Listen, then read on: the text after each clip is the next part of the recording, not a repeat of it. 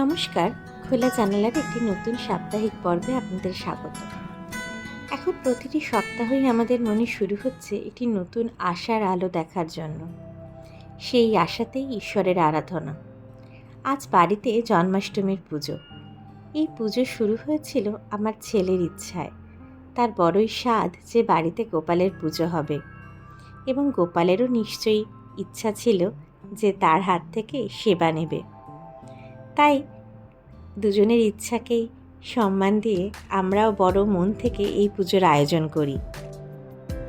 আর তাই জন্য সেই আয়োজনে পুজোর আড়ম্বরের থেকেও ভালোবাসার আধিক্যই থাকে বেশি।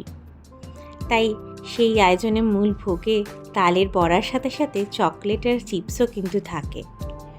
সকালে উঠে আমি আগে কিছুটা কাজ এগিয়ে রাখার পর, এই যেমন দোলনাটা একটুখানি ফুল দিয়ে গুছিয়ে রাখা, ফুলের মালাগুলো এগিয়ে রাখা, জামা যেটা চান করে উঠে গোপাল পরবে সেগুলো গুছিয়ে রাখার সাথে সাথে বাড়ির বাকিরাও পুজোর কাজে এসে কাজের দায়িত্ব ভাগ করে নেয়।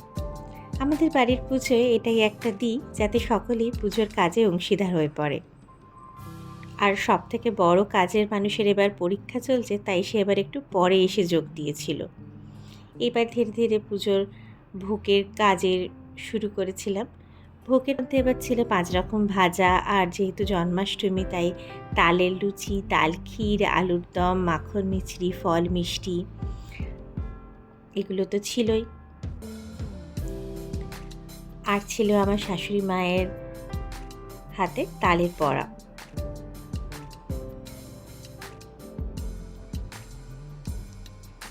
এবার এসে গিয়ে সব থেকে বড় যে কাজের মানুষ, সে যার মূল কাজ থাকে গোপালকে ভালো করে চান করিয়ে, তাকে জামা পরিয়ে, আসনে বসিয়ে, মালা পরিয়ে ভোগ নিবেদন করা। আমি হাতে হাতে এগিয়ে দিলে সে বাকি কাজটুকু সামলে নেয়। কিন্তু এত সুন্দর পাগড়িটা সেদিনকে আর মাথায় রাখতে পারিনি, কেন এই দিনে খুব সুন্দর ফুলের মুকুট পাওয়া যায়, তো বছরে একদিনের জন্য ফুলের মুকুটটাই পরাই।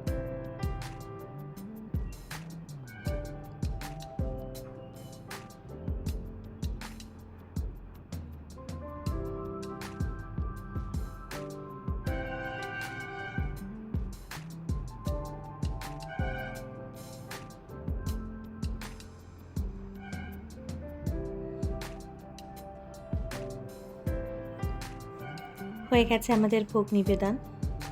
ভালোবাসা ভক্তি সাথে আয়োজন করা সামান্য পুজো, আর এর সাথে প্রার্থনা মানুষ যেন ভালো থাকে, অন্যায়ের যেন প্রতিকার পায়।